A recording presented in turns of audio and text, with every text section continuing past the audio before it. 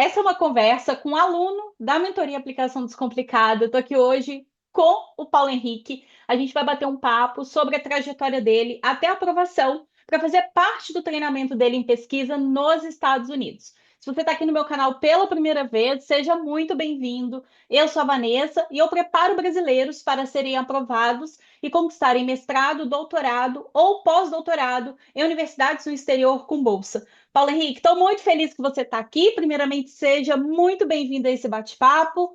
Parabéns pela sua aprovação. Para a gente começar aqui o nosso bate-papo, quero pedir para você se apresentar. De onde você é no Brasil? Qual que é a tua formação? Conta aí um pouquinho para gente.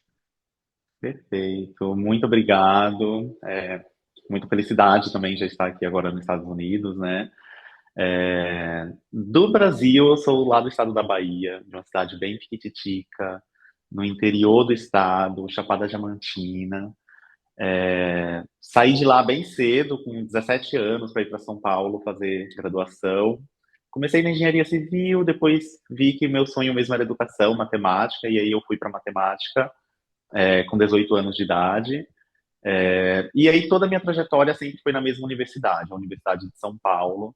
Fiz minha licenciatura em matemática, depois fiz o meu mestrado em educação, na área de concentração educação científica, matemática e tecnológica, e também fiz um MBA em gestão escolar. Então, foi esse o meu arcabouço lá pela Universidade de São Paulo. Paulo Henrique, você estava na USP, fez graduação, fez mestrado, fez MBA por lá. O que que te fez decidir fazer um doutorado fora do Brasil, ao invés de continuar na USP, que olhando de fora até seria um caminho meio natural, né? Sim, a USP ela é bem internacional, então eu lembro que na época da graduação eu tive oportunidade, como eu não tinha muito inglês, então só tinha oportunidade de Portugal. Eu tive a oportunidade de fazer graduação sanduíche na Universidade de Lisboa. Era uma vaga só e a vaga foi minha, mas foi na época que estourou a pandemia. E aí foi por água abaixo o meu plano de graduação sanduíche. Poxa, não era a hora então, né? Não era a hora. Durante o mestrado é mais corrido para essas coisas, a gente tem oportunidade também, mas é mais corrido para fazer um mestrado sanduíche, não é tão comum. Verdade. E aí eu pensava, se eu ficar pela USP, já estou aqui, toda essa trajetória, né? Amo minha orientadora lá da USP, e gosto muito também da USP, né? Tanto do Instituto de Matemática da graduação, quanto da Faculdade de Educação, de onde eu fiz o meu mestrado. Mas eu comecei a ficar refletindo sobre as condições do universitário no Brasil. A bolsa, a condição de moradia. Eu sou muito grato porque eu morei no CRUSP, que é a moradia da USP, mas a gente sabe das problemáticas que tem ali, né? E aí a gente tenta ver melhores condições. E aí foi quando eu comecei, eu tive experiências, eu fui aprender inglês na Irlanda, depois eu vim para os Estados Unidos fazer um summer course na California State University. Que show. Tive a oportunidade de ir em Stanford. E aí eu visitei como se fosse o CRUSP de Stanford. Uma amiga morava lá. Aí E eu aí, foi um comecei. choque? Aí o choque foi de vez. Eu comecei a falar, vamos tentar bater asas também, né? Entendi. Então, pelo que eu estou percebendo, você queria melhores condições. Tanto melhores Sim, condições para pesquisa, muito provavelmente, como também na tua qualidade de vida, né? Coisas que vão te impactar ali fora do laboratório, fora da pesquisa. Então, uma moradia melhor, uma bolsa que às vezes te permita, né, ter mais condições ali, ter melhores condições para você estudar, para você desenvolver a tua tese de doutorado. Foi então mais ou menos por aí, para a gente. bem por aí. Porque em questão de pesquisa, uma das universidades que eu apliquei, a pesquisa é bem semelhante com o que minha orientadora faz, a educação matemática crítica. E eu Legal. estava muito feliz, tipo, minha orientadora é desde a iniciação científica, TCC, mestrado, então era toda uma trajetória com ela. O que Sim. pesava mesmo era essa questão do apoio fora do que, tipo, não era minha orientadora, era o apoio financeiro, as outras coisas ali por trás. Nossa, e é muito legal você trazer isso, Paulo Henrique, porque às vezes a pessoa faz IC, faz mestrado, faz doutorado, faz pós-doc, tudo no mesmo grupo de pesquisa, tudo com o mesmo orientador. A gente sim, sabe que isso é um caminho até comum no Brasil e muitas pessoas querem ficar, às vezes por um apego ao orientador, o que é super compreensível, principalmente quando o orientador, a orientadora é muito gente boa, dá suporte. Só que a vida de um pesquisador em formação, que é o teu caso, não é só isso. Não adianta o orientador ser muito legal, mas tá, e o dinheiro para pesquisa? E a bolsa, ela consegue me manter aqui para você ter aquela tranquilidade, aquela paz mental para você se manter? Então, é muito legal você trazer isso, porque mesmo tendo uma excelente relação com a tua orientadora, você nesse momento pensou, tá, mas onde eu terei mais condições de me desenvolver mais para me tornar um pesquisador é, de ponta na minha área? sim. E ter o apoio durante a trajetória, né? Para participar de Exatamente. eventos, que eu adoro participar de eventos, e era sempre aquele perrengue, tipo, se eu tiro da minha bolsa, mas também não tem verba para fomentar a ida ao evento, e aí como que fica? Sim, e a bolsa é como se fosse o seu salário, né? Sim, Para você pagar suas contas, você precisa viver. E aí, se você tira disso, ir para congresso não é uma coisa barata, como que fica suas contas lá depois? Né? Então, realmente é um realmente. cenário bem complicado e a gente, quando está fazendo ainda a nossa formação em pesquisa, a gente tem que parar para analisar todos esses fatores, né? Para que você realmente tenha condições de ter a melhor formação possível. Então, aí durante o mestrado, então, você já estava amadurecendo essa ideia de fazer um doutorado fora. Então, foi no mestrado que essa ideia amadureceu? Ou foi no mestrado que essa ideia surgiu? Como que foi essa ideia, assim? Em que momento? Ó, ela surgiu no momento que eu não consegui ir para Portugal por conta da pandemia, surgiu isso. Só que minha orientadora, na época que eu terminei a graduação, ela me convidou, tinha que aplicar para o mestrado, eram várias fases, mas ela falou, vem fazer mestrado comigo. E aí, na época, eu já estava querendo, nessa época que eu fui para a Irlanda, eu não emendei a graduação com o mestrado. Durante o processo seletivo, eu Ah, morei 3 meses na Irlanda. tá. E eu fui para aprender inglês para falar, para pensar, né? Eu pensando, eu preciso melhorar o meu inglês para eu ter oportunidades internacionais. Eu não tenho inglês ainda, é o verbo to be da escola. E aí, foi na Irlanda que eu comecei a visitar vários países, em todos os países que eu ia nas universidades, a Universidade de Edimburgo, a Cité Université lá na França, o Trinity College, né? Então, eu fui conhecendo as universidades internacionais e sonhando. Então, voltei para o Brasil para fazer um mestrado com minha orientadora, amei minha experiência no mestrado, mas eu falei e pensei, eu acho que para o doutorado eu aplico para fora. Muito bem. E aí chegou o momento de você aplicar. Conta pra gente Chegou. para quais universidades você aplicou, quais departamentos nessas universidades você aplicou e para quais universidades você foi aprovado. Certo. Para todas as universidades que eu apliquei, eu fui aprovado. Sim, mas também foram poucas, né? Eu não fiz muitas aplicações. Eu fiz as aplicações mais certeiras e mais. Certeiras não no sentido assim, eu sei que eu vou passar, mas certeiras no sentido que eu estou alinhado com a pesquisa ali desenvolvida. Eu não quero aplicar para a universidade, estou entrando aqui porque ela é boa e eu só quero. Eu quero que esteja alinhado com. Depois de toda a experiência boa que eu tive com minha orientadora, eu quero continuar tendo essa experiência. E eu acho que eu estou tendo, eu estou amando minha orientadora daqui também. Mas, então, sobre as aplicações, eu apliquei para University of Illinois, Chicago. É lá que tem um professor que pesquisa a educação matemática para a justiça social. Então, está muito alinhado. Inclusive, ele é amigo da minha orientadora no Brasil. E apliquei também para onde eu estou aqui, né? Para a Universidade do Texas, The University of Texas at Austin, é, onde eu encontrei um professor que pesquisa a relação de estudantes latino-americanos e a outra professora que pesquisa estudantes negros na área de STEM, que é o Science, Technology, Engineer em Mathematics. Então, me abriu os olhos a pesquisa desenvolvida aqui no Texas. Então você não saiu por aí que nem um maluco falando, vamos falar no popular, que nem um maluco falou assim, vou aplicar para um monte de universidade para ver no que vai dar. Pelo que você está falando aí, você foi bem estratégico, analisou muito bem os programas para ver aquilo que se encaixava com o seu perfil e aí você vou aplicar para dois, passou nos dois. Isso. No início eu até montei, né, porque eu assistia todas as aulas da mentoria, tem todas as estratégias, né, para quem vai entrar aí depois na mentoria, a Vanessa explica tintim por tintim. Mas então eu montei a minha lista inicial, eu colocava lá Harvard, Stanford, eu colocava algumas universidades. A Universidade de Illinois, lá em Chicago, ela nem figurava tão alta assim nos rankings. E eu também fui olhando nos rankings as top 100 universidades. E aí que a do Texas apareceu, né? Eu já tinha ouvido falar da do Texas, mas não tanto assim.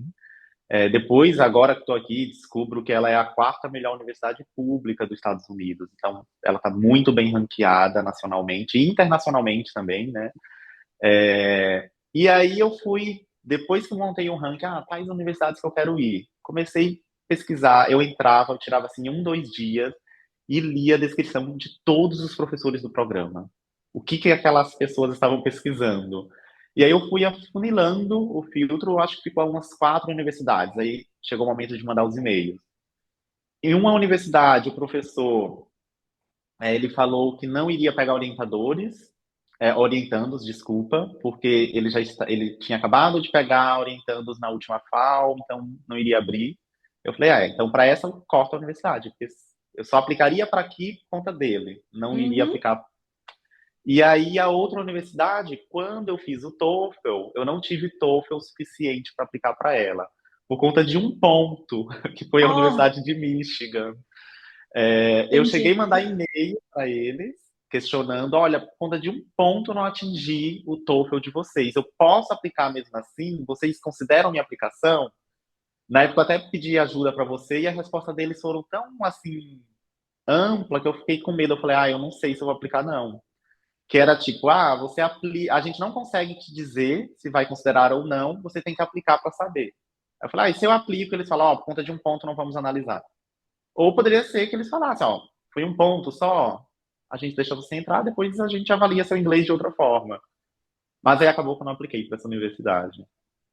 E no final deu bom, né? Então, as outras duas que você selecionou, você contemplava ali todos os pré-requisitos, estava alinhado com o teu objetivo de carreira, teu objetivo de pesquisa, e aí veio a aprovação. Nessas duas universidades que você foi aprovado, a sua aprovação saiu com bolsa? E se sim, como que é a sua bolsa? O que está incluído? Nossa, foi um sonho os e-mails de aceite. Principalmente a do Texas, né? Eu não esperava, na época eu estava até ansioso lá na mentoria, porque a Universidade do Texas eles falavam que só convocariam em março e começariam a mandar os aceites. E o meu aceite veio 29 de janeiro. Eu morava lá no Cruz, né? Eu chamei o meu amigo do quarto vizinho, vem aqui ver se eu tô acordado mesmo e me belisca, porque será que é verdade? Que o e-mail não era só um parabéns, você foi aprovado. Era um monte de elogio, falavam que a minha aplicação foi uma das melhores aplicações do programa, e por isso eu estaria ali ganhando uma fellowship que pouquíssimos estudantes ganharam. E aí eu fiquei assim, gente, então o aceite do Texas já veio com tudo garantido. Ó, você está sendo aceito, você vai ter essa bolsa, vai ser assim e tudo explicadinho. O aceite da Universidade de Illinois, o aceite veio um pouquinho depois, no meio de fevereiro, só que veio só o aceite. Eu falei, e aí, e agora para competir uma universidade com a outra?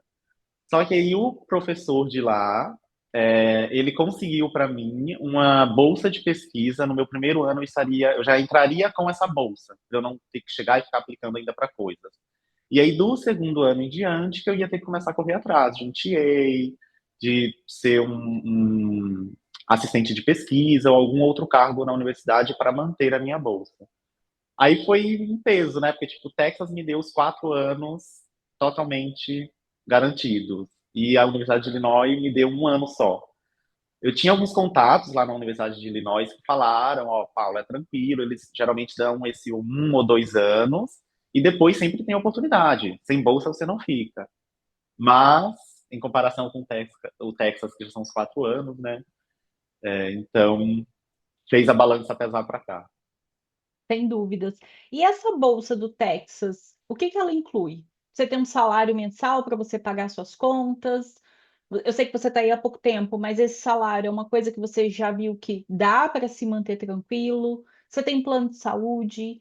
Como que funciona a tuition, por exemplo, no seu caso, né? Para quem não sabe, os doutorados eles são pagos. Então, além de ser aprovado, as pessoas são aprovadas para cursar o doutorado, tem que pagar uma mensalidade que aqui fora a gente chama de tuition. Quando o aluno recebe uma bolsa 100%, essa tuition tem a remissão, ou seja, a universidade não cobra esse valor do aluno. Como que funciona esse pacote no seu caso, Paulo Henrique? Tudo coberto. Eu tô assim, já estou em 2 semanas de aula, tendo contato com estudantes do meu programa e de outros programas, e vendo que realmente aquele e-mail que falava que minha aplicação foi uma das melhores, que poucos estudantes ganharam a bolsa como a minha, que tipo, os estudantes no primeiro ano estão tendo que fazer o que eu teria que fazer lá em Illinois, tipo, ou sendo um assistente de pesquisa, ou sendo TA para ter a bolsa, para cobrir a tuition, como você mencionou, ou caso um estudante seja muito rico, né, porque as tuitions são muito caras, eles pagam a tuition deles e pagam seus custos. Mas a minha bolsa, ela cobriu tudo. Então, 100% da minha tuition. Nesse primeiro ano, eu só preciso estudar. Então, eu tô assim, ai meu Deus, que bom. Tá me ajudando com o meu inglês, que eu tô só nas aulas. Eu tava com muito medo de já ser TA, assim, no primeiro ano e ter que dar uma aula em inglês. É... E plano de saúde está coberto também. No meu aceite, veio também o aceite para morar no campus, que na época eu fiquei assim, tendo que analisar bastante. Porque embora lá, por exemplo, em comparação, o CRUSP, lá na USP, a gente mora e é gratuito. Aqui a gente mora, mas tem que pagar. O aluguel de morar no campus, ele é um pouquinho mais caro, põe aí seus US$ 400 mais caro do que morar, tipo, eu pegar um apartamento por fora. Uhum. Só que o meu aceite, ele me condicionava já a vaga aqui no apartamento do campus. Então, Hum. para outras pessoas, geralmente eles têm que aplicar para morar no campus, esperar todo um processo. O meu não, já estava garantido pela minha fellowship.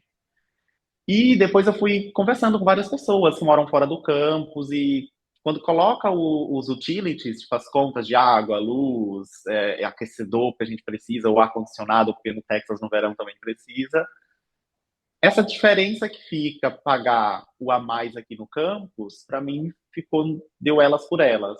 Porque aqui no Sensacional. campus o meu aluguel já cobre tudo. Eu não preciso pagar internet, não preciso pagar conta de água, conta de luz, nada. E ainda tem uma academia assim de ponta que eu fiquei assim, meu Deus, os equipamentos muito Nossa, bons. ótimo. Então, você não precisa pagar a academia por fora, já acaba sendo uma economia. Sim. E sem contar a E questão ainda também do deslocamento, né? isso, porque eu aí já estou dentro do campus, né? Se bem que eu tô acostumado com campus gigantes, que a USP é gigante, para eu sair daqui de onde eu moro, no momento eu estou aqui onde eu moro, condomínio aqui atrás. Para eu sair daqui de onde eu moro e ir para College of Education é tipo uns 10, 15 minutos de ônibus. Então, imagina se eu morasse fora do campus, como que seria a trajetória, porque eu não sei dirigir. Então, tem que ser no ônibus mesmo, no transporte público. Uhum, uhum, sensacional. E qual que é o seu programa que você está fazendo aí, Paulo Henrique? É Meu programa. doutorado? Qual que é o nome do Isso. programa? Doutorado em STEM Education, que é, como eu expliquei, né, educação para ciência, tecnologia, engenharia e matemática. Então, a área STEM está crescimento aí no mundo e é um programa que foca em pesquisas nessa área. Então, a gente tem, das pessoas que foram aceitas, que eu descobri em um dos eventos agora de boas-vindas, que foi concorridíssimo esse ano, 6% só de aprovação. Então, das pessoas que foram aceitas, a gente tem biólogos, a gente tem químicos, tem eu da matemática, tem um físico nuclear, então a gente é bem variado. Nossa, é bem interdisciplinar, né? Isso vai ser muito legal para as trocas que vocês vão ter. Sim, sim. E por que que você acha, Paulo Henrique, que você conseguiu essa fellowship? Porque você estava contando, né, que na carta de aceite veio aí uma fellowship, uma bolsa especial, que são poucas pessoas que ganham, nem todo mundo que entrou nessa turma, né, os últimos aprovados, nem todo mundo conseguiu essa bolsa. O que que você acha que pode ter contribuído para você conseguir, né? Alguns diferenciais que talvez você tenha, alguma coisa que você tenha feito. Você arrisca aí algum palpite? Eu arrisco algumas hipóteses, eu não tenho certeza, que eu nem esperava, na verdade. Durante a entrevista com o professor daqui da Universidade do Texas, ele não falou assim, ó, você está aprovado, né? Mas o que ele falou foi, Caso você seja aprovado, pelo seu background, eu tinha experiência de trabalhar como professor substituto no Instituto Federal de São Paulo, já ter desenvolvido muitas pesquisas, muitos eventos, publicado em revistas com revisão por pares e tal. Então, ele elogiando o background que eu tinha, ele falou: provavelmente você vai ser um TA de cálculo, de alguma matéria lá no departamento de matemática. Ali eu já comecei, meu Deus, eu preciso estudar muito inglês, porque eu vou ter que dar cálculo, tudo bem, vou dar uma aula de cálculo, mas em inglês, os alunos de graduação. E durante a aplicação, tinha essa opção de fellowship. Só que o professor ele já tinha me explicado que por ano a College of Education aceita entre 6 a 12 estudantes no nosso programa, para garantir que todos esses tenham ou uma TA, ou vai ser um assistente de pesquisa, ninguém vai ficar desamparado. Só se também a pessoa falar, não, não quero ter nada, eu pago minha mensalidade e deixa que eu não quero trabalhar. Então, se a pessoa for herdeira e falar assim, não preciso, Que que é uma coisa é muito bem rara. raro, né? É Sim, muito sim. raro, ainda mais para o aluno internacional. Eles sabem que quem está vindo precisa mesmo do suporte financeiro. Isso. E aí foi isso. Então eu já estava tranquilo. Eu falei, se eu entrar na Universidade do Texas, eu sei que perrengue financeiro eu não passo. E eu não apliquei para nenhuma fellowship, porque tinha opção durante a aplicação, só que aí ia ser uma aplicação à parte, eu ia ter que pedir novas cartas de recomendação, eu ia ter que pedir, eu ia ter que fazer o meu statement of purpose só para fellowship. Eu falei, ai gente, duas aplicações, não quero. Se eu já tenho financiamento só de passar lá, então tá ok. Então Aham. eu acho que eles analisando a minha aplicação, que a minha fellowship não é nem da College of Education, é de Hum, toda a Universidade do Texas. Então foi uma das melhores aplicações de toda a Universidade do Texas. arrasou! Do próprio departamento de graduação, do Graduate Department. É, e aí eu fiquei assim, gente, eu não apliquei para essa fellowship, eles me consideraram minha aplicação e me deram. E eu fico comparando, assim, eu estou fazendo um curso de Oral Communication para melhorar o meu inglês e tem estudantes de vários departamentos. E aí eu fico conversando com eles. Então, você vê pessoas da engenharia que entraram agora, mas estão tendo que ser TA para bancar a bolsa, Uhum. estão tendo que trabalhar em laboratórios, pessoas da biologia, das ciências da computação.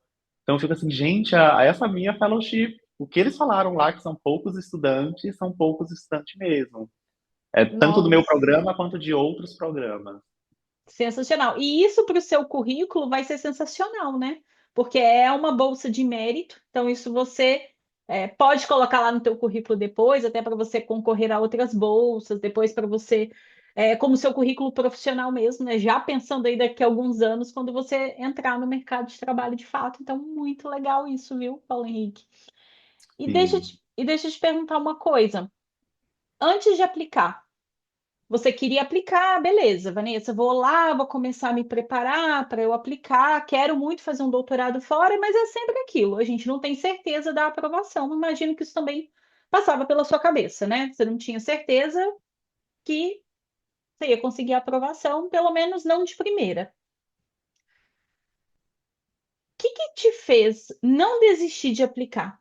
O que que te fez, por exemplo, não, eu não tenho certeza, mas eu vou tentar. Porque a vaga está lá, alguém vai ter que passar? Foi alguma coisa nesse sentido? O que que você pensava em relação a isso, Paulo Henrique?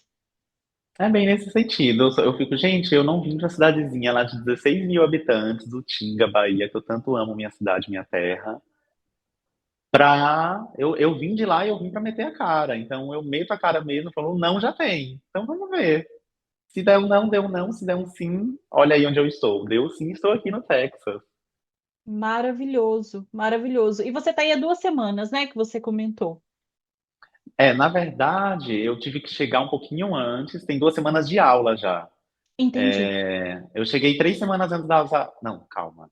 Isso, eu cheguei 2 semanas antes das aulas começarem, então estou aqui já há quase um mês. Vai fazer um mês amanhã. Olha só. E como que está sendo essa primeira fase de adaptação, em relação à universidade, em relação a teu apartamento novo aí onde você está morando, a fazer as coisas na cidade? Você já conseguiu sair um pouquinho da universidade para, sei lá, vou ali num restaurante comer alguma coisa, eu vou no museu. Já deu tempo de fazer alguma coisa em relação a isso? Já, e tipo, essa boa facilidade que eu estou tendo agora aqui no Texas é porque também durante lá o processo de ter que escolher entre a Universidade do Texas e a de Illinois, em fevereiro a Universidade do Texas deu um bem-vindo para os estudantes e pagou para a gente, financiou o voo, hospedagem e tal. Então eu vim para cá conhecer a universidade na época, fui muito bem acolhido. Então eu gostei muito assim dos texanos. São bem parecidos com os baianos, né? São bem acolhedores. E por isso é bem fácil fazer amizade. Então, você consegue conhecer alguém ali na universidade, que te chama para ir num pub. Essa semana, por exemplo, eu estava num pub conversando com um doutorando de economia, que também é internacional. Então, a gente foi lá para bater um papo, e etc. Explicar coisas da universidade, por exemplo. E nisso você vai descobrindo coisas. Esse estudante de economia estava me explicando que se você está no campus a partir das 11 da noite e precisa ir para sua casa, a Universidade do Texas paga para você a passagem do Lyft, que é como se fosse o Uber no Brasil. Olha só, Então, eu fiquei, gente, eu não sabia, estou fazendo o cadastro hoje, tenho até que responder o e-mail ali. Conversando com duas colegas que são estudantes internacionais também, lá da Coreia do Sul. Aí elas me explicaram que aqui na Universidade do Texas tem um lugar que a gente pode ir uma vez por mês pegar alimento gratuitamente. É fazer as compras, pode pegar 9 libras, não, 20 libras, o que dá ali mais ou menos uns 9 quilos de comida, gratuitamente. Então nossa, que você vai legal. conversando, se enturmando e conhecendo as oportunidades que a universidade tem, né? Sim, com certeza. E você falou que mora no campus da universidade, como que é? Você consegue ter o quarto só para você? Precisa dividir quarto? E eu estou perguntando isso porque uma das grandes questões é dividir quarto, né? Tem gente que fala, não quero morar no campus porque eu vou ter que dividir quarto, por exemplo. Como que é na sua realidade hoje? Certo. A Universidade do Texas, ela tem a moradia que eu estou, que é o East Campus Graduate Apartments. Então, é um condomínio só para quem está no mestrado e doutorado. Então, é uma paz. Não julgando o pessoal da graduação, porque eu também já fui. Se bem que quando eu era da graduação, não era festeiro, né? Mas um dia eu fui em uma hamburgueria que fica perto do condomínio da graduação. Era festa, festa, festa. Entendi. Aqui é bem mais calmo. E aí, nas opções de moradia, a gente tem 3 opções de apartamento. Você pode morar no apartamento que tem 2 quartos, então você vai ter um roommate. Uhum. Você pode morar no apartamento que é um estúdio, que eu quase pego essa opção. E você pode morar num apartamentão para você. Eu falei, gente, minha bolsa dá, eu mereço, pega o apartamentão para mim. Então, eu tenho o meu apartamento só para mim. Que legal, que demais! Nossa, que Sim, maneiro! sim. Me mimei! Foi isso que quando eu olhava nas fotos, eu falava, gente, é muito armário nessa cozinha, eu sou sozinho, eu nem preciso de tudo isso. Eu falava, o estúdio tá de bom tamanho, mas eu fico, gente, por que não? Se a bolsa dá, tipo, depois que eu pago o meu aluguel, ainda sobra dinheiro para fazer minhas compras. Como eu mencionei, ainda tem esse local da universidade que a gente pode pegar compras gratuitamente. Então tem todo um suporte, dá para sobrar um dinheirinho para você passear. Primeiro mês de aula, eu já comprei um MacBook novo, então já estou assim, Olha, já tá luxando. aproveitando a bolsa, sim, aproveitando a bolsa. Sensacional. E assim, você já conseguiu comprar um MacBook com a primeira bolsa, né? Imagina, você vai ficar aí 4 anos fazendo doutorado. Então, imagina se você se organizar financeiramente, você vai conseguir fazer outras coisas também, Sim, sim. né? E isso, inclusive, eu fiquei, gente, como que a Apple incentiva aqui, né? Foi uma promoção. Eu conversei bastante para descobrir, que eu nem tinha plano de comprar no MacBook agora, ia ser lá para Black Friday para pegar a promoção. Só que eu descobri que a melhor promoção da Apple no ano é essa promoção de volta às aulas. A Apple incentiva que os estudantes comprem MacBooks e iPads, e aí é o menor, tipo, o MacBook de 999 ficou por US$ 799. Então, menos de um salário mínimo. E eu falei, gente, eu tenho que aproveitar essa promoção. E comparando, eu estava na loja, eu comparava com os preços de outros notebooks. Chega a ser mais barato que outros notebooks. No Sim, e é. Brasil, Não, não, quando fala Brasil, dá vontade de chorar, né? Porque quanto é um MacBook no Brasil mais simples? Sei lá, chutando eu, uns 14, eu dei uma 15 mil pesquisada reais? por aí. O Então, básico, né? é, E aí pensa, né? Eu sempre faço a relação de poder de compra assim, ó. Eu não sou da área de exatas, hein, Paulo Henrique? Mas eu faço assim, bom, vamos supor que uma bolsa nos Estados Unidos são US$ 3.000 ou US$ 2.500. Você vai lá, você consegue comprar um notebook, um MacBook de US$ 900, né? Então, isso, US$ 900 em relação a 2.500. No Brasil, quanto que é a bolsa de doutorado? Um três MacBook e tá cem 3.100. Um MacBook tá quanto? 15.000. Então você precisa ali de 5 bolsas quase de doutorado para comprar um MacBook. Paulo Henrique, me chegue Não. nos Estados Unidos em um mês e me compra um MacBook. É, bem Paulo Henrique mesmo. Não é doido, Paulo Henrique? Sim, sim, é É um verdade. poder de compra absurdo, né? Isso, isso é a análise do poder de compra, né? E aí E realmente nos deixa, de boca aberta. sim. Nossa, muito legal. Você comentou antes na nossa conversa que você já tinha feito estágios fora do Brasil, né, cursos fora do Brasil, que você já tinha conseguido também publicações no seu currículo. Então, isso com certeza já ajuda a fortalecer o seu perfil para conseguir um doutorado fora. Mas a gente ainda também sabe, só para deixar quem está assistindo aqui mais tranquilo, que você não precisa necessariamente ter publicações no currículo para conseguir a aprovação num doutorado fora. Mas, claro, se você tem, igual o Paulo Henrique, você vai ser um candidato aí muito mais forte, você pode conseguir uma fellowship melhor, que foi o caso dele. Tinha alguma coisa na sua trajetória, ou no seu currículo, ou as suas notas da faculdade, tinha algum ponto que te deixava preocupado no seguinte sentido: talvez isso aqui pode fazer com que eu não consiga aprovação num doutorado fora? Ó, não é assim falando, ai meu Deus, ele não é humilde. Mas o ponto mais crítico que eu tinha no meu currículo, inclusive eu usei ele para fortalecer a minha aplicação. E trazer esse background mesmo, né? Os professores ficaram assim, inclusive uns professores mencionaram durante minha entrevista esse ponto. Um dos professores mencionou, desculpa, já estou aqui no inglês fica errando até quando como fala no português. No meu primeiro ano de faculdade na USP, eu não estava ainda morando no CRUSP, então eu tinha que pagar aluguel de minha família, meu pai já tinha acabado de falecer, poucos meses, quando eu entrei na USP, minha mãe, revendedora de Avon, trabalhadora da zona rural, então, tipo, eu tinha que dar meus corres para me bancar. Eu trabalhava de madrugada no call center, saía do call center e ia para a USP para conseguir, e esse trabalho era para conseguir pagar a comida, pagar meu aluguel em São Paulo, etc. Então, o que ocorreu? O meu primeiro semestre na USP foi uma catástrofe. Minhas médias, as matérias que eu passei foi 5, 5,5, 6. Isso foi um choque para mim, porque eu vinha de todo um histórico de escola sempre dedicados, meus professores sempre orgulhosos de mim, minha mãe também. E, inclusive, tive uma reprovação. Eu reprovei uma das matérias do primeiro semestre. Depois que eu entrei no CRUSP, depois que a USP foi me dando oportunidades de bolsa, que eu tive tempo para estudar, eu me destaquei. Inclusive, quando eu terminei minha graduação, a USP me deu uma menção honrosa por ter se destacado no curso. Ai, que E um dos sensacional. professores, durante minha entrevista, o professor da Universidade de Illinois, ele elogiou muito essa minha trajetória de ser batalhador, né, e de não desistir. Que eu coloquei isso no meu statement of purpose, de os perrengues que eu passava lá no trabalho no call center, sair do trabalho depois de virar à noite, já ter que estudar e tudo mais. Então não foi fácil, era o ponto crítico, mas foi o ponto crítico que eu, inclusive, eu usei como motivacional na minha aplicação.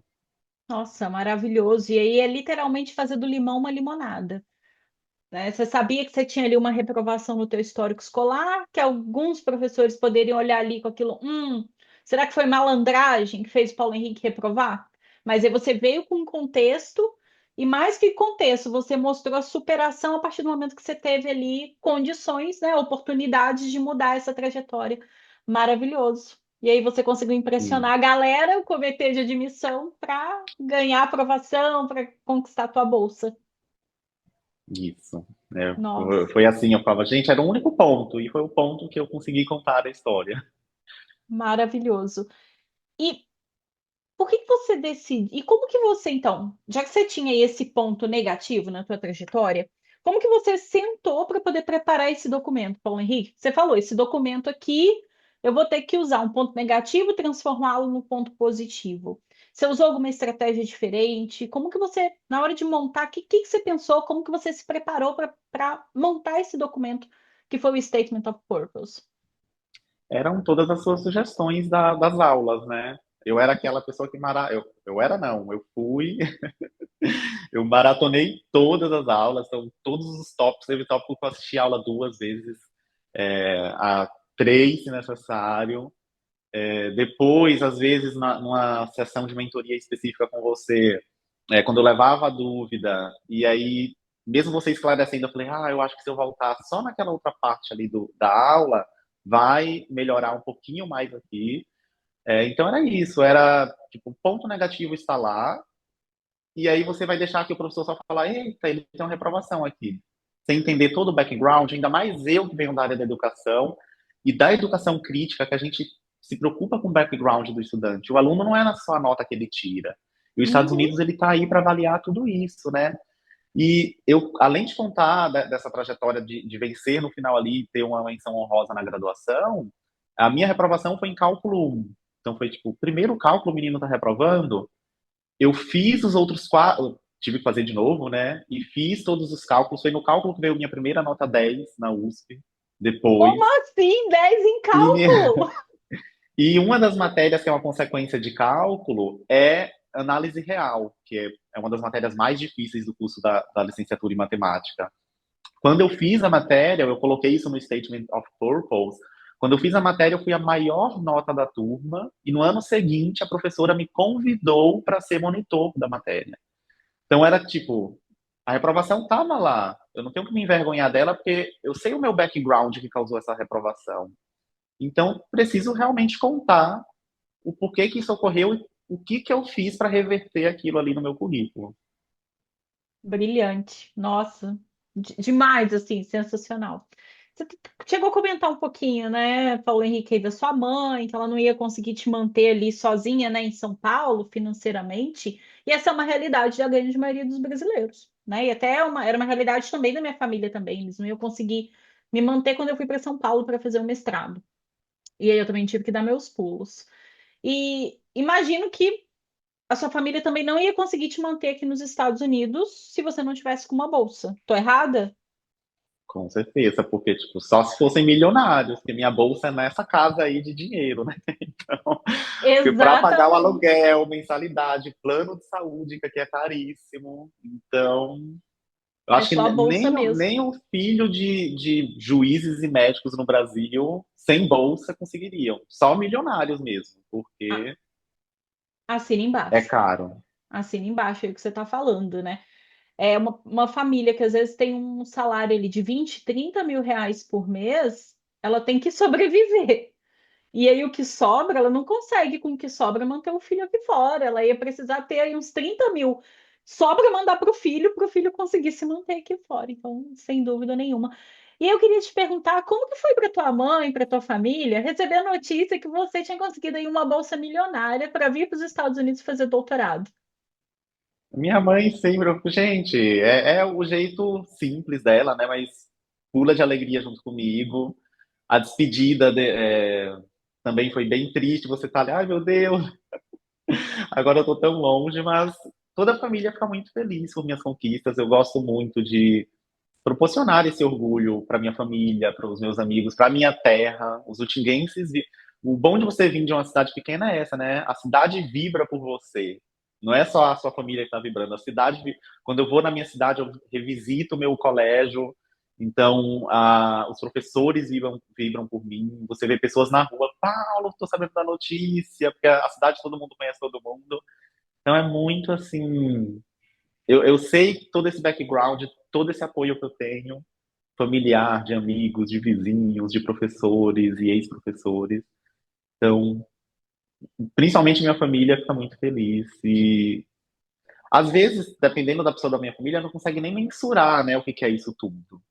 Sim, Mas é isso, estou aqui. sim.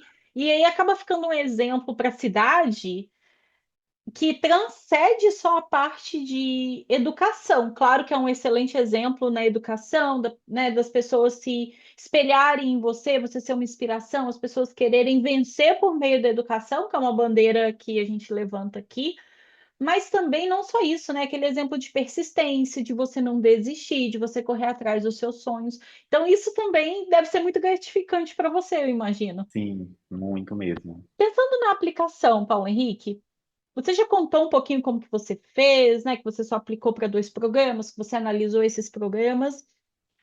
A partir do momento que você falou, não, eu vou aplicar, você pensou em aplicar sozinho, em fazer tua aplicação toda sozinho, ou desde o início você já pensou em fazer uma mentoria para você ter um suporte e conseguir preparar uma boa aplicação?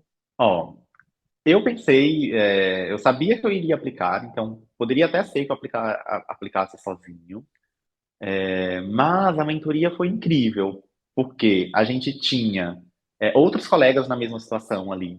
Então, não era. Eu lembro de quando, até mudando um pouquinho da resposta, depois eu volto. Mas Tranquilo. só para mostrar esse ponto da mentoria, quando eu fiz o TOEFL pela primeira vez, eu fui fazer no centro de aplicação. Nunca me ocorreu isso em provas. Eu mal entrei na prova, tinha acabado de ir ao banheiro, deu vontade de ir no banheiro, eu comecei a ficar nervoso, foi um terror meu TOEFL. Eu tive que fazer 2 vezes, porque na primeira vez eu não atingi nota para nada. E eu contei isso na mentoria. Então, tanto você quanto todos os outros colegas que estavam ali no mesmo barco que eu, o barco dos aplicantes, me deram força e suporte para eu ir lá e enfrentar um TOEFL pela segunda vez. Então, até poderia ser que aplicando sozinho eu tivesse um desempenho de passar e tal, mas é todo esse network que a gente faz ali na mentoria do PhD no exterior, que apoia você durante o processo. Porque não é um processo curto. Eu fiquei ali 1 ano de aplicação. Então, você ficar 1 ano engajado, você entra ali numa reunião, às vezes você nem liga a câmera porque você está ali de pijama, mas você está ouvindo outras pessoas que estão com dúvidas e tal. Então, isso te faz persistir pelo aquele 1 ano e garantir que a aplicação vai ser de sucesso. Como que você aproveitou a mentoria? Você já comentou que assistia a aula, tinha aula que você assistia mais de uma vez, às vezes 2 vezes. Também acabou de falar que vinha nas reuniões, e aí, para quem não sabe, são os plantões de dúvidas que a gente tem no Zoom a cada 15 dias, para o aluno vir trazer as maiores dúvidas, poder conversar comigo, e a gente traçar um plano, traçar ali um caminho para o aluno resolver aquela dúvida e ir para a próxima etapa. O que mais você fez assim dentro da mentoria que você acha que a mentoria mais te ajudou? Um outro suporte também era o suporte do grupo que a gente tem, né? Para apoiar. Então, às vezes, você tem uma dúvida que é meio que urgente, mas não dá tempo chegar ali até a próxima sessão de mentoria em grupo. Então, você tira um print e fala: Meu, eles estão perguntando isso daqui, o que é que eu resolvo com isso daqui? Manda o print lá que a Vanessa dá um help. Com certeza. Você chegou a usar correção de documentos, correção de currículo, de SOP? Eu não me lembro.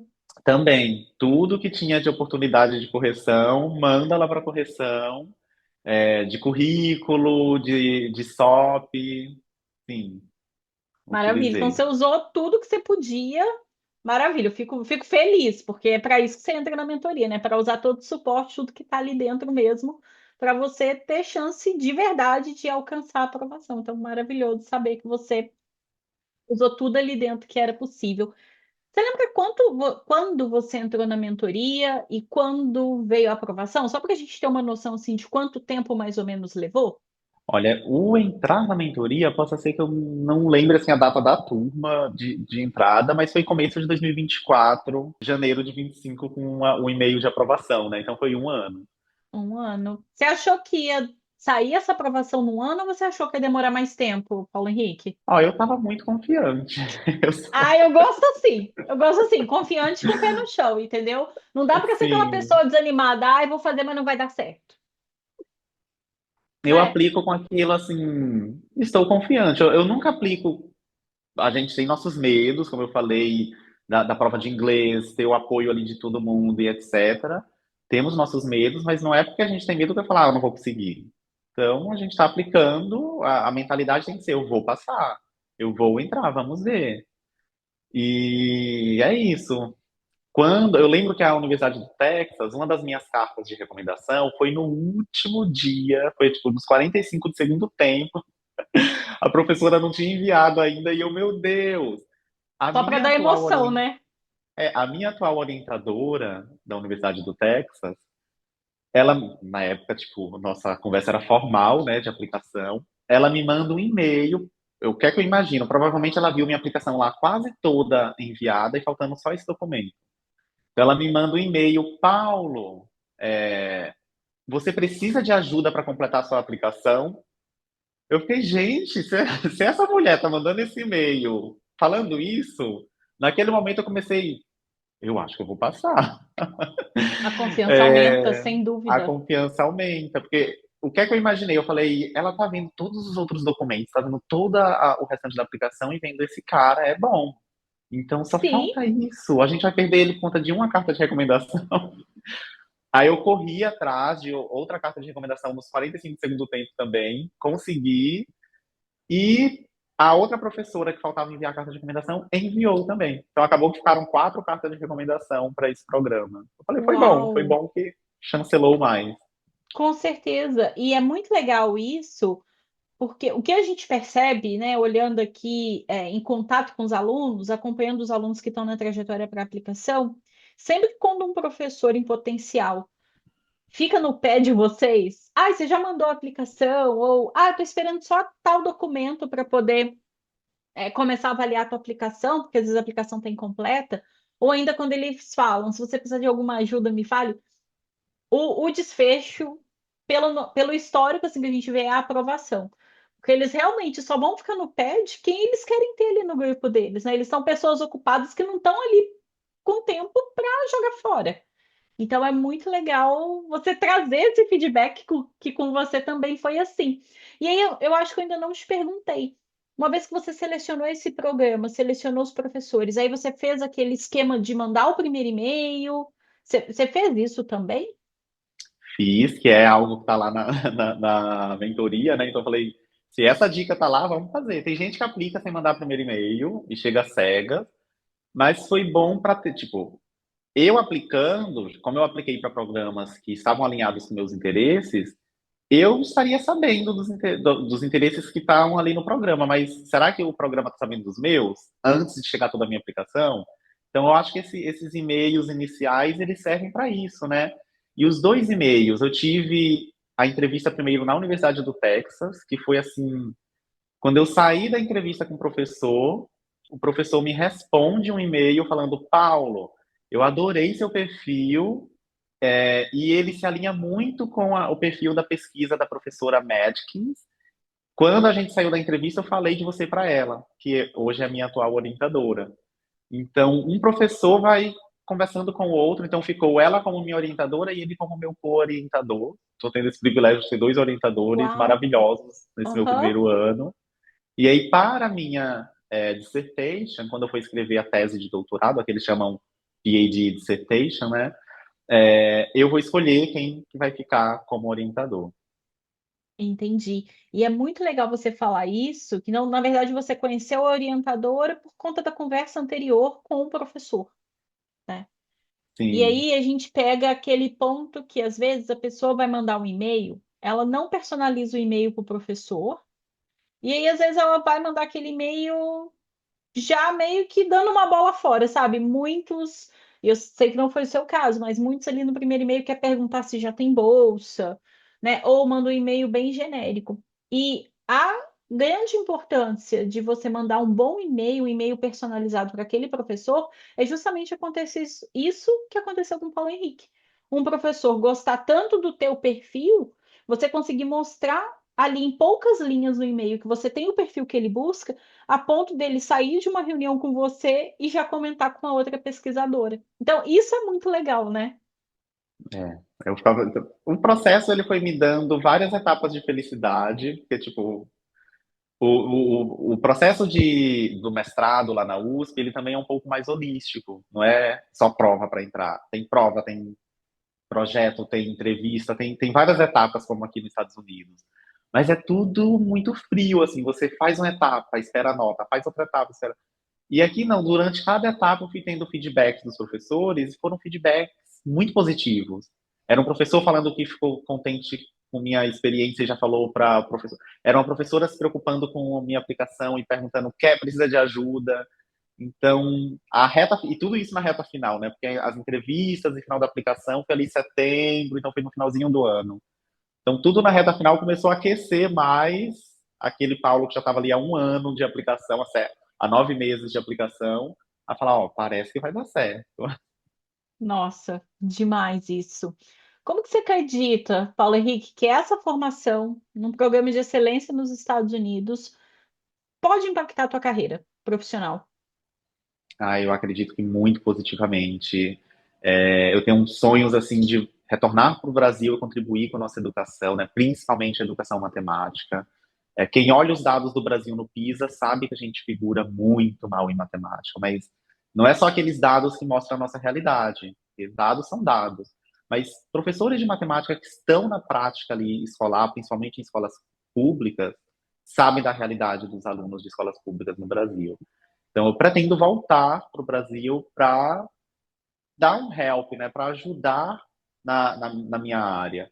E acredito que essa formação aqui, global, porque você vê gente de tudo quanto é lugar, eu tenho colegas de tudo quanto é lugar do mundo vindo ter essa formação também, colegas que pensam como eu, tem um grande colega lá da Nigéria, que está tendo a mesma orientação que minha orientadora, que também pensa em voltar para o país e contribuir para a educação do país na área de STEM. Então, acredito que sim, vai ser um baita suporte. E principalmente se eu quiser fazer um pós-doc, né? Às vezes, não preciso terminar o doutorado e já voltar para contribuir para o Brasil, ou já ser um professor universitário no Brasil, alguma coisa assim, que é o meu sonho voltar para ter uma contribuição. Às vezes também abre portas para o pós-doc. E um pós-doc agora que não necessita mais prova de proficiência. Então, às vezes, eu posso aplicar para programas, não vai ser mais aquele, por um ponto eu não consegui entrar. Porque uma vez que eu fiz o Maravilhoso. doutorado aqui, eu não preciso mais de prova de proficiência para Exatamente. pós-doc. Exatamente, muito legal. E mesmo, né, você voltando para o Brasil, que é um grande sonho seu, você vai continuar com suas colaborações aqui fora. Então, isso é muito legal também. Sim, sim. A minha própria orientadora, ela, em fevereiro, quando eu vim aqui no Texas, no evento de boas-vindas, ela me levou para jantar, super fofa. Primeiro que ela foi me buscar no aeroporto, me levou para o hotel, me levou para Nossa! jantar.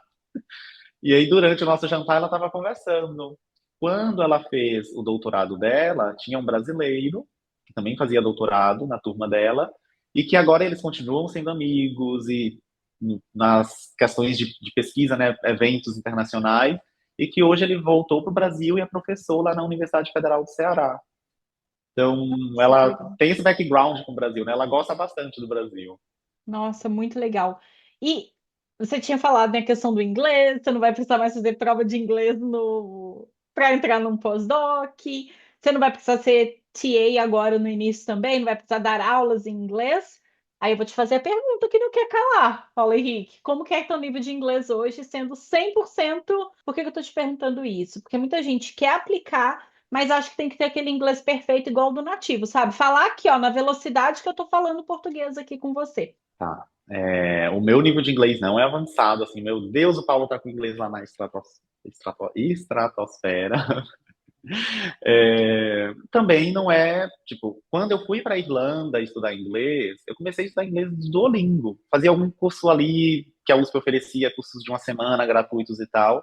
E quando eu cheguei na Irlanda, que eu fui fazer o teste de proficiência para a Irlanda me colocar na turma, eu tava ali imaginando, eles vão botar na turma do básico, na turma no máximo do intermediário B1. A minha nota do teste de proficiência foi para a turma do B2. Então, desde a Irlanda que eu já entrei no Upper Intermediate. Então, é claro que hoje meu inglês está ali chegando no seu nível C1, mais que o B2 no nível C1, só que não é em todas as competências. A competência que eu mais dificuldade era o listening, só que parece que eu não sei o que está me travando aqui, que está sendo o speaking. Então, eu leio muito bem, eu escrevo muito bem, é até contraditório isso, porque as pessoas geralmente têm mais dificuldade na escrita. Desde o TOEFL, a escrita foi minha maior nota. Eu tirei, a nota da escrita do TOEFL era a nota de Harvard, que é no mínimo Caramba! 26, né? Minha escrita no TOEFL foi muito boa, mas o speaking, eu mesmo reconheço, eu preciso de improvement, eu preciso melhorar. Uhum. E por isso que eu estou fazendo neste semestre, a universidade oferece. Ela conta como uma matéria já, que a minha fellowship ela me obriga a fazer 3 matérias por semestre. Então, essa matéria que estou fazendo, ela já conta como uma dessas 3 matérias, que é o Oral Communication. Então, é Hum. uma matéria que vai me proporcionar melhorar a minha comunicação em inglês. E aí tem vários primeiro-anistas de vários programas que precisam também melhorar a pronunciação, que estão lá fazendo a matéria. E aí, saindo dessa realidade dessa turma e voltando para a realidade do meu programa, tem alguns aplicantes que são assim internacionais chegando agora de um país não inglês. Então, que você vê que tem um perrengue ali também da comunicação em inglês. Só que o nosso programa atraiu quase todos os aprovados. São pessoas que ou já eram dos Estados Unidos ou já tinham um background em mestrado ou em graduação num Hum. país que falava inglês. Então, todo mundo com inglês lá em cima. Entendi. E aí é até bom eu fazer essa matéria de oral communication, porque senão eu ia chegar, tá todo mundo com inglês lá em cima e eu com inglês. Não, vai ser Então, ótimo para você aumentar vocabulário, para você destravar, né, mesmo a fala, colocar mais em prática, para daqui a pouquinho teu inglês está voando. sim, sim. E é isso. Então, estamos aqui utilizando todos os recursos da universidade. Esse um ano, eu fico, nossa, o que a fellowship me aliviou foi eu tenho um ano para o meu inglês ficar lá na estratosfera. Ai, E vai estar aí já vou estar pronto para ser TA.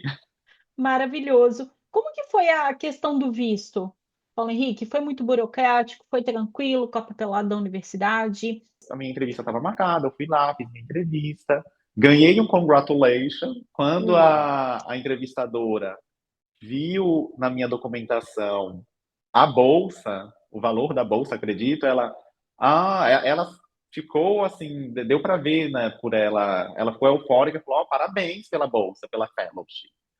E aí eu fiquei, ó, é isso. Então, quando a universidade te dá toda a documentação, você tem tudo para aplicar ali certinho para o seu visto, não tem muito o que temer, né? Sim. Foi uma entrevista rápida ou demorou? Muito rápida. Foi mostrar o I-20, né? O I-20. Ela viu o valor da bolsa, me deu parabéns e era aquilo. Não, não foi 1 minuto, foi mais rápida do que minha entrevista do B1, B2, que já tinha sido rápida. Eu nunca passei perrengue nas entrevistas para os Estados Unidos. Então, entrevista do visto tranquilo, rápido, visto aprovado, chegou a hora de embarcar.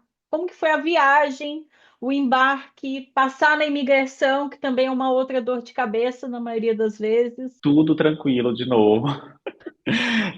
Minha viagem, eu consegui um voo muito mais barato lá do Nordeste do que de São Paulo, então tive esse privilégio de voltar, passar um mês com minha família antes de vir para cá. E saindo do Brasil, até passei em São Paulo para fazer escala, né? Mas eu entrei não pelo Texas, eu entrei dessa vez por Washington. Hum. Foi super tranquila a imigração na chegada também, não foi nem 1 minuto. Na hora ele só perguntou, né, o motivo da viagem. Quando eu falei que estava vindo fazer o doutorado na Universidade do Texas, ele pediu o I-20, que é o I-20. Quando eu dei o I-20, ele nem leu direito, ele só olhou assim e já me deu de volta. E me deu o passaporte e o welcome. E foi isso. Então foi super rápido, bem tranquilo. E aí lá de Washington, eu peguei outro avião para chegar aqui em Austin, na capital do Texas. Então foi um voo com muitas escalas para ser barato, mas deu para chegar. E chegando, eu cheguei 2 semanas antes, porque a universidade ela pede, principalmente para o estudante internacional, a gente tem que chegar antes dos estudantes nacionais. Principalmente se você vem de alguns países que eu até coloco assim, ai meu Deus, tá? A gente está sendo um pouco discriminado porque você tem que fazer o teste de tuberculose. Eu fico, ai meu Deus, eles acham que todo mundo no Brasil está andando na rua por tuberculose. Não é assim. Mas aí você só pode comparecer às aulas se fizer o teste de tuberculose e der negativo. Então você tem que Uhum. chegar antes das aulas começarem para fazer esse teste. Tem que estar com toda a vacinação em dia. E aí, inclusive, no Brasil, eu já tinha tomado, quando adolescente, a vacina lá da tríplice viral. Só que como que eu ia comprovar? Não tinha mais documento que comprovava isso. Aí eu fui no infectologista, ela falou, não, você pode fazer o exame e a gente encaminha esse exame em inglês para a universidade, eu faço uma prescrição em inglês. Só que, quando fez o meu exame, meus anticorpos, dos 3 vírus da tríplice viral, um dos não estava com anticorpo adequado. Aí Ah, a infecto falou: você toma uma dose para chacoalhar os anticorpos aí do seu corpo e faz o exame de novo. Aí assim eu fiz, mandei, então, tudo certinho com as vacinas do Covid, vacina da tríplice viral e etc. Então, a única pendência que eu tive da chegada aqui foi esse exame de tuberculose. entendi. E chegar antes também, porque era uma semana de eventos de boa-vinda. Meu Deus, a primeira semana, cada dia era um evento em algum departamento da universidade para dar boas-vindas para a gente. E como que são esses eventos para a galera entender assim? São palestra, tem comes e bebes, tem apresentações, como que é? São eventos, não é nem um comes e bebes, é uma refeição mesmo. Você chega, tem café da manhã, depois tem almoço, e aí termina os eventos e você volta para casa. Então, nessa semana de eventos, você chega em casa só para jantar, porque o resto você fica comendo por lá. E é para explicar tudo, para explicar, porque aqui o doutorado, você contribui como se fosse o INSS do Brasil. Então, você contribui para a aposentadoria. Então, eles vão explicar como que você vai aplicar para esse número, né? O Social Security Number, o SSN. Que para quem No não meu sabe, caso, é o tipo CPF brasileiro. Tem a isso. mesma, é a mesma, né? O SSN aqui é o CPF no Brasil. E aí, como para aplicar para o SSN, você tem que ter um emprego. Só que neste meu primeiro ano, como eu não vou trabalhar, porque a minha bolsa é só para estudar, eu tenho que aplicar para um diferente, que é o ITIN. Uhum, Não lembro agora a sigla, o uhum. que É o significa, né? ITINI. Isso, não lembro o que é, alguma coisa ali é só para pegar essa contribuição dos Uhum, 14%, né? Como se fosse o uhum. INSS do Brasil. E aí, ano que vem, que eu vou poder aplicar para o SSN. E era isso. Então, era uma semana de muitas explicações sobre toda essa parte burocrática, sobre você precisa registrar para quantas matérias, você dá as informações de onde que fica as coisas do plano de saúde, onde que estão os hospitais da universidade, informação até dizer chega. E aí, eles mesmos sabem, gente, é uma semana com muita informação, vocês não vão lembrar disso tudo. Então, a Aham. gente criou um Canvas com todos os slides. Então, eu adicionei lá no meu Canvas da universidade, uma plataforma da universidade. Então, sempre que eu tenho dúvida, eu posso voltar lá e acessar. E isso é ótimo, por mais que vocês não se lembrem de tudo, mas você sabe que essa informação está guardada no lugar e, ao mesmo tempo, nessa semana de orientação, você vai conhecendo uma galera, né? Você vai se enturmando. Então, você também não chega na universidade e fica tipo, para onde eu vou? O que que eu tenho que fazer? É, então, tem todo esse apoio, né? Para Nossa, te localizar ali, né? Para você conseguir saber mais ou menos o que fazer. Tem muita coisa para o estudante inicial, ainda mais internacional. Gente, é tanto documento que a gente tem que resolver, meu Deus do céu.